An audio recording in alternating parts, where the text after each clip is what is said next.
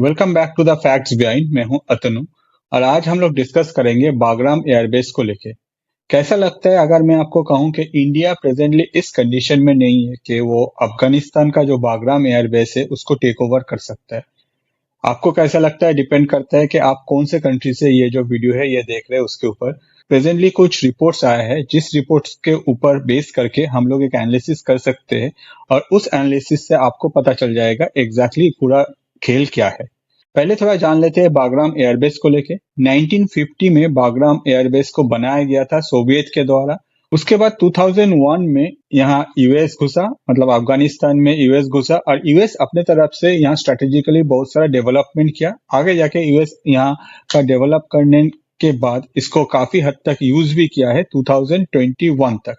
और 2021 में जब यूएस अपने तरफ से अफगानिस्तान छोड़ के निकल रहा था तो ये बागराम एयरबेस का जो पूरा लोकेशन था ये तालिबान के हाथ में आ गया। उसके बाद से ये कम्प्लीटली अभी अफगानिस्तान में जो गवर्नमेंट रन कर रहा है तालिबान उन लोग के हाथ में ही है, हम सबको पता है। और वो लोग अपने तरफ से इसको ऑपरेट करने का कोशिश कर रहे हैं, जिसमें अभी प्रेजेंटली कुछ मूवमेंट हम लोग को देखने को मिला, जिसमें हम लोग को अभी देखने को मिल रहा है कि यूएस के जो डोनाल्ड ट्रंप है उनको अभी फिर से ख्वाहिश जगह है कि बागराम एयरबेस यूएस के हाथ में है, जबकि तालिबान अपने तरफ से या फिर अफगानिस्तान गवर्नमेंट अपने तरफ से ये देने में राजी नहीं है। ऑन द अदर साइड जब से अफगानिस्तान के जो फॉरेन मिनिस्टर है आमिर खान मुत्तकी वो इंडिया विजिट किए हैं, तब से ये सुनने को मिल रहा है हम लोगों के अफगानिस्तान के तरफ से इंडिया को ऑफर किया गया है कि बागराम एयरबेस में आप आइए, आप ऑपरेट कीजिए।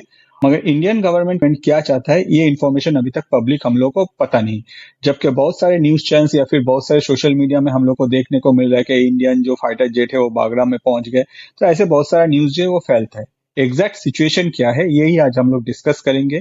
ऑन द अदर साइड जैसे हम लोग को पता है कि इंडिया कुछ दिन पहले ही तजाकिस्तान का इंडिया का जो एयरबेस था वो छोड़ा है, जिससे इसका जो चांसेस है काफी हाई है और इसके वजह से बहुत सारा न्यूज फैल रहा है। एग्जैक्टली क्या हुआ है ये पहले जान लेते हैं।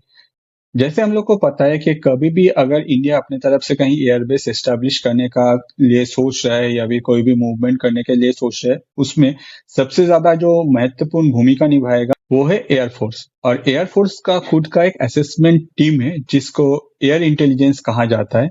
उन्होंने ही अपने तरफ से एक असेसमेंट किया है और उसका कंप्लीटली रिपोर्ट दिया है बागराम एयरबेस को लेके, जिसमें उन लोगों का कुछ पॉइंट्स है और उस पॉइंट के हिसाब से उन लोगों का कहना है कि आगे जाके बागराम एयरबेस इंडिया ले सकता है या नहीं ले सकता है, इसका जो क्लियर पिक्चर है वो लोगों ने अपने तरफ से क्रिएट कर दिया है।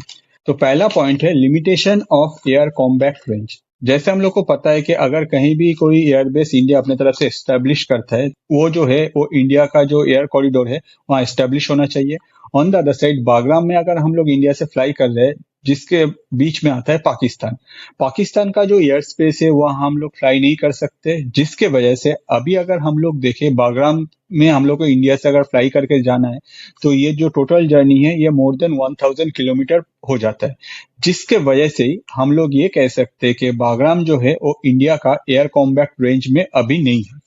सेकेंड जो पॉइंट है जिसमें अफगानिस्तान का जो एटीसी है मतलब एयर ट्रैफिक कंट्रोल और इंडिया का जो एयर ट्रैफिक कंट्रोल है, जिसमें अगर हम लोग सिविल एविएशन को देख ले या फिर मिलिट्री एविएशन को देख ले, इसके साथ सिंक्रोनाइज नहीं है या फिर इसके साथ कनेक्टेड नहीं है, जिसके वजह से अगर इंडिया को कभी भी अपने तरफ से एबवॉक्स मतलब एयरबोर्न वार्निंग या फिर कंट्रोलिंग सिस्टम के द्वारा कोई इंफॉर्मेशन प्रोवाइड करना हो एट दैट टाइम ये पॉसिबल नहीं है, क्योंकि ये दोनों आपस में सिंक्रोनाइज नहीं किया हुआ है। नेक्स्ट जो पॉइंट है उसमें कहा जा रहा है कि प्रेजेंटली इंडिया इस सिचुएशन पे नहीं है कि अपने तरफ से एक एयर इंटेलिजेंस अम्ब्रेला अफगानिस्तान के ऊपर एस्टेब्लिश कर पाए। इसके लिए ये डेवलप करने के लिए काफी सारा फैक्टर्स है और वो सारा फैक्टर्स को अगर हम लोग देखें तो इसको डेवलप करने में काफी टाइम लगने वाला है। 2001 में बागराम एयरबेस में यूएस ने अपने तरफ से फुल स्पेक्ट्रम सिग्नल इंटेलिजेंस और इलेक्ट्रॉनिक वॉरफेयर ग्रिड इंस्टॉल किया था और इसी इंस्टॉलेशन के द्वारा यूएस ने अपने तरफ से काफी सारा रडार्स, काफी सारा सैटेलाइट्स को इसके साथ कॉन्फ़िगर करना, साथ ही साथ काफी सारा एंटीना जो है वो बागराम में एस्टेब्लिश किया था, जिसको आगे जाके हम लोग को देखने को मिल रहा है ये यूएस के जो कंप्लीटली इंटेलिजेंस सिस्टम है उसके साथ कॉन्फ़िगर है। ऑन द अदर साइड जब 2001 में यूएस अपने तरफ से अफगानिस्तान छोड़ रहे थे, at that point of time US जब वहां से चले गए, पाकिस्तान और चाइना का उस लोकेशन पे नजर था। चाइना ने ये जो सिस्टम है, ये सिस्टम से डेटा यूएस में ट्रांसफर ना हो, इसको रोकने के लिए अपने तरफ से वहां जाके ये सिस्टम को जितना हो सके उस हद तक डिस्ट्रॉय किया है। बाकी जो जो इक्विपमेंट चाइना को हाथ मिला, चाइना वहां से लेके अपना कंट्री में वापस ले गया। क्यों? चाइना का एक ही हिसाब है, वो है रिवर्स इंजीनियरिंग। आगे जाके रिवर्स इंजीनियरिंग करके इसको कैसे डिकोड किया जाए और कौन सा इंफॉर्मेशन चाइना का गवर्नमेंट को आगे इसमें हेल्पफुल मिलेगा, यही जानने के लिए चाइना ने ये अपने तरफ से यहाँ से जितना भी हो सके इंस्ट्रूमेंट अपने कंट्री में वापस ले गया। साथ ही साथ अगर देखें, पाकिस्तान का भी जो ये नजर था इसी लोकेशन पे था बहुत पहले से ही। प्रेजेंटली जो रिपोर्ट आया है उसमें ये कहा जा रहा है कि अगर इंडिया को अपने तरफ से बागराम एयरबेस को आगे जाके वहां काम करना है तो इंडिया का जो डीआरडीओ है, उन लोगों को इंडिया का जो एयरफोर्स है, दोनों को साथ मिलके आगे जाके बागराम एयरबेस में काम करना पड़ेगा। और ये जो काम है, ये जो डेवलपमेंट है, ये जो सिक्योरिटी अम्ब्रेला वहां जो करने के लिए, जो शुरू होने के लिए जो बेसिक कुछ सामान उन लोग को चाहिए, पहला जो है वो है अनइंटरप्टेड पावर सप्लाई, जो कि अभी बागराम एयरवेज में अवेलेबल नहीं है। दूसरा जो पॉइंट है वो है सैटेलाइट कनेक्टिविटी, जबकि अभी अगर देखा जाए इंडिया के जो सैटेलाइट्स है वो अफगानिस्तान में या फिर अफगानिस्तान के बागराम एयरवेज में उस हद तक कनेक्टेड नहीं है। और तीसरा जो पॉइंट है वो है सिक्योर डेटा सप्लाई नेटवर्क।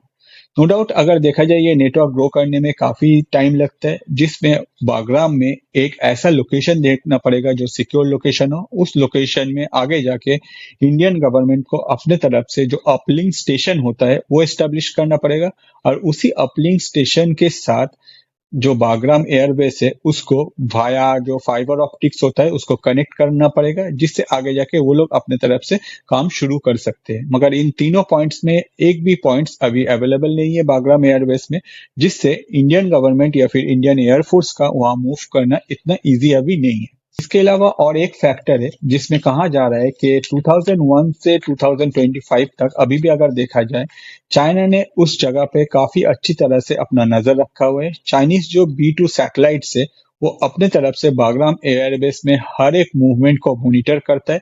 साथ ही साथ पाकिस्तान का जो इलेक्ट्रॉनिक नेटवर्क है जो मेनली बेस्ड है खैबर नूरिस्तान में, वो भी इसके ऊपर नजर रख के बैठा है, जिसके वजह से अगर इंडियन गवर्नमेंट वहां कुछ मूवमेंट करता है तो नो डाउट ये सारा जो डेटा है इसको डिकोड करना चाइनीज के लिए कुछ ज्यादा मुश्किल नहीं होगा, क्योंकि वो लोग काफी टाइम से इस लोकेशन पे जो यूएस के एयरबेस के जो इक्विपमेंट्स थे उन लोगों के ऊपर रिवर्स इंजीनियरिंग भी किया है। साथ ही साथ अपना जो सिक्योरिटी या फिर अपना जो सैटेलाइट्स है इस लोकेशन के ऊपर नजर रख के बैठा है। तो नो डाउट ये इंडिया के लिए एक टफ सिचुएशन होगा वहां जाके काम शुरू करना। इसके अलावा एक और फैक्टर है वो है बागराम का ज्योग्राफी। अगर हम लोग बागराम का जो ज्योग्राफी लोकेशन है उसको देखें तो एक बाउल शेप है। बाउल शेप में क्या होता है, बाउल शेप में जो ड्रोन है वो फ्लाई करना काफी इजी होता है, जिसके वजह से अगर ये लोकेशन में ड्रोन फ्लाई करता है तो आगे जाके वो जो दूसरा कंट्री का इंफॉर्मेशन है उसको बहुत ही जल्दी ट्रैक कर सकता है। मगर जैसे मैंने आपको कहा कि लास्ट 4 साल से चाइना यहाँ पे नजर रख के बैठे, चाइना का जो सैटेलाइट्स है या फिर पाकिस्तान का जो इंटेलिजेंस सिस्टम है जो कि बेस्ड है खैबर नूरिस्तान में, वो कम्प्लीटली इसके ऊपर नजर रख के बैठा है, जिसके वजह से अगर इंडिया जाके वहां कोई एडवांस ड्रोन भी फ्लाई करता है तो नो डाउट इनको जैम करना या फिर इनके ऊपर कोई थर्मल अटैक करना सबके लिए बहुत इजी रहेगा, और कोई भी ये सारा जो मतलब जो ड्रोन से या फिर जो भी इक्विपमेंट्स रहेगा उसको बहुत इजीली डिस्ट्रॉय कर पाएगा। ऑन द अदर साइड अगर देखा जाए, ये जो लोकेशन है ये अबव 5000 मीटर सी लेवल है, जिसके वजह से नो डाउट यहाँ जो एयर का जो प्रेशर है ये काफी कम है। तो यहाँ cargo flights with heavy payloads fly करना एक मुश्किल सिचुएशन क्रिएट करेगा। इसके अलावा इंडियन एयर इंटेलिजेंस ग्रिड, जिसमें इंडियन रडार जो सैटेलाइट फीड्स है वो, साथ ही साथ जो एयरबोर्न फीड्स है वो, साथ ही साथ जो साउथ एशिया फीड है, सबको एक साथ कॉन्फ़िगर किया रहता है। ऑन द अदर साइड अगर देखा जाए 2001 के बाद अफगानिस्तान इससे एकदम पूरा बाहर है, तो नो डाउट अफगानिस्तान को इसके साथ कॉन्फ़िगर करके आगे जाके एक साथ काम करना ये भी काफी टाइम टेकिंग है। साथ ही साथ इसमें अफगानिस्तान का सिस्टम का प्रेजेंटली अफगानिस्तान जिस जिस तरह से अपना जो सिस्टम यूज करे उसके साथ इसको सिंक्रोनाइज करने में भी ये काफी एक टाइम टेकिंग होगा।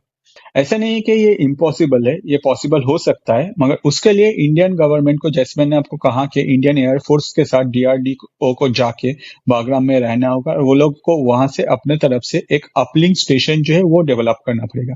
अपलिंक स्टेशन मतलब जहां से डेटा जो है सैटेलाइट पे ट्रांसफर किया जाएगा और वही डेटा को आगे जाके हम लोग यूज कर पाएंगे। और अपलिंक स्टेशन बनाने के लिए नो डाउट ये टाइम लगेगा। ऑन द अदर साइड अगर देखा जाए, अगर अपलिंक स्टेशन वहां बन भी जाता है जहां अनइंटरप्टेड पावर सप्लाई हो, अच्छी तरह से डेटा कनेक्टिविटी हो, या फिर इंडिया जो सैटेलाइट्स है जिसमें जीसैट के साथ इसको कॉन्फ़िगर करना है, या फिर इंडियन सैटेलाइट्स आगे जाके ये लोकेशन को भी अपने तरफ से ट्रैक करेगा, ये जो कॉन्फ़िगरेशन है, ये टोटल कॉन्फ़िगरेशन करने में काफी टाइम लगेगा। जिसके वजह से हम लोग कह सकते हैं कि इंस्टेंटली इंडिया बागराम एयरबेस को टेक ओवर नहीं कर सकता है। एक और फैक्टर है वो है एयर मेंटेनेंस चेन, जिसमें air fueling, air monitoring, spare spares ability, साथ ही साथ जो ग्राउंड की क्रू है उन लोगों को पर्टिकुलर लोकेशन में उन लोगों को रहना, साथ ही साथ फ्यूल नेटवर्क है वो भी जरूरत होता है।